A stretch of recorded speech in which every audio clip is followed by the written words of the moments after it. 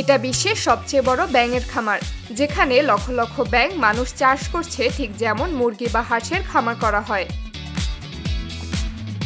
পৃথিবীতে আজ যেসব জায়গায় ব্যাঙ সবচেয়ে বেশি বাণিজ্যিকভাবে চাষ করা হয় তার মধ্যে ইন্দোনেশিয়া, ভিয়েতনাম, চীন আর ব্রাজিলের নাম প্রথমেই আসে।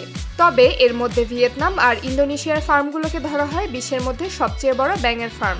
শুধুমাত্র ভিয়েতনামের এই একটা ফার্মে আছে 10 কোটির বেশি ব্যাঙ, আর ইন্দোনেশিয়ার তো প্রতি বছর প্রায় 5,000 টনের বেশি ব্যাঙ ইউরোপের দেশগুলোতে রপ্তানি করে।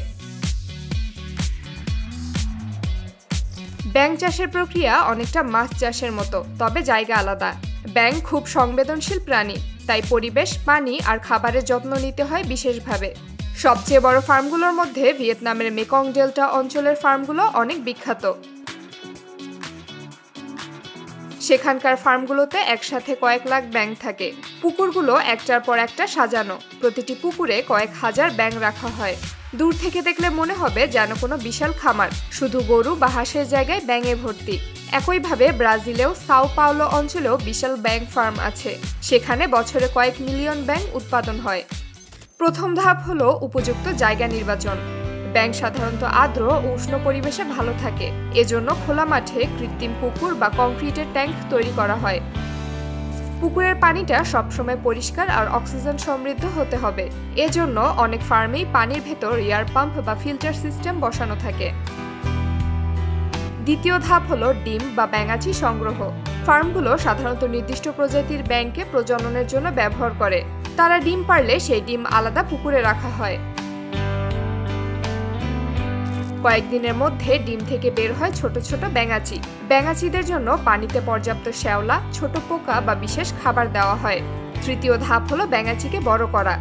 ধীরে ধীরে ব্যাঙাচিদের শরীর পরিবর্তন হয়, লেজ শুকিয়ে যায়, পা গজায় আর ছোট ব্যাঙে পরিণত হয়। অনেক সময় ব্যাঙাচি একে অপরকে খেয়ে ফেলে, তাই এদের সঠিক মাত্রায় খাবার দেওয়াটা খুবই জরুরি। খাবারের মান ভালো না হলে ব্যাঙ দ্রুত অসুস্থ হয়ে যায়। সাধারণত 4 থেকে 6 মাসে ব্যাঙ বিক্রির উপযোগী হয়। তখন তাদের ওজন দাঁড়ায় 200 থেকে 300 গ্রাম। শ্রমিকেরা হাতে জাল বা ঝুড়ি ব্যবহার করে ব্যাঙ ধরে ফেলে। এরপর তাদের প্রক্রিয়াজাতকরণের জন্য ফ্যাক্টরিতে পাঠানো হয়। জীবন্ত অবস্থায় বড় বড় কন্টেইনারে ভরে এগুলো আনা হয় ঠান্ডা ঘরে, যাতে সহজে সামলানো যায়। তারপর দ্রুত প্রসেসিং এর কাজ শুরু হয়। দক্ষ শ্রমিকরা স্বয়ংক্রিয় মেশিন ব্যবহার করে ব্যাঙের চামড়া আলাদা করে ফেলে, কারণ আসল মাংস পাওয়া যায় উরু আর পায়ের অংশ থেকে। চামড়া ছাড়ানোর পর ভেতরের অঙ্গ প্রত্যঙ্গ যেমন অন্ত্র, পাকস্থলী, লিভার ইত্যাদি ফেলে দেওয়া হয়। পরিষ্কার মাংস কয়েকবার ধোয়া হয় এবং লবণ পানি বা হালকা জীবাণুনাশক পানিতে ভিজিয়ে রাখা হয়, যাতে মাংসে কোনো ধরনের ব্যাকটেরিয়া না থাকে। এরপর ব্যাঙের পা দুটি আলাদা করে কেটে রাখা হয়, কারণ আন্তর্জাতিক বাজারে ব্যাঙের পা সব থেকে বেশি দামে বিক্রি হয়। মাংস প্রস্তুত হওয়ার পর শুরু হয় প্যাকেজিং প্রক্রিয়া। আধুনিক ফ্যাক্টরিতে ভ্যাকুয়াম প্যাকেজিং ব্যবহার করা হয়, যেখানে প্লাস্টিক ব্যাগে মাংস ভরে ভেতরে বাতাস বের করে সিল করে দেওয়া হয়। এতে মাংস অনেকদিন টাটকা থাকে। তারপর এগুলোকে -18 ডিগ্রি সেলসিয়াস তাপমাত্রায় কোল্ড স্টোরেজে রাখা হয়, যাতে 6 মাস থেকে 1 বছর পর্যন্ত নষ্ট না হয়।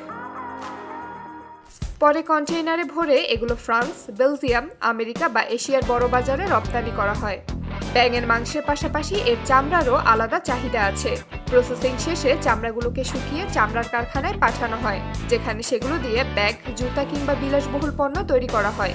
ব্যাঙের কিছু অংশ ওষুধ শিল্পে ব্যবহার করা হয়। চীনের মতো দেশে তো ব্যাঙকে হেলথ সাপ্লিমেন্ট হিসেবে ব্যবহার করা হয়। আবার কিছু গবেষণায় দেখা গেছে ব্যাঙের ত্বক থেকে যে রাসায়নিক বের হয় তা অ্যান্টিবায়োটিক তৈরিতে কাজে লাগানো হয়। আজকের বিশ্বের সবচেয়ে বড় ব্যাঙ ফার্মগুলোর সঠিক সংখ্যা বলা কঠিন, কারণ বিভিন্ন দেশে ভিন্ন ভিন্ন ফার্ম আছে। তবে অনুমান করা হয় ভিয়েতনামের একটি ফার্মেই কয়েক লাখেরও বেশি ব্যাঙ চাষ হয়।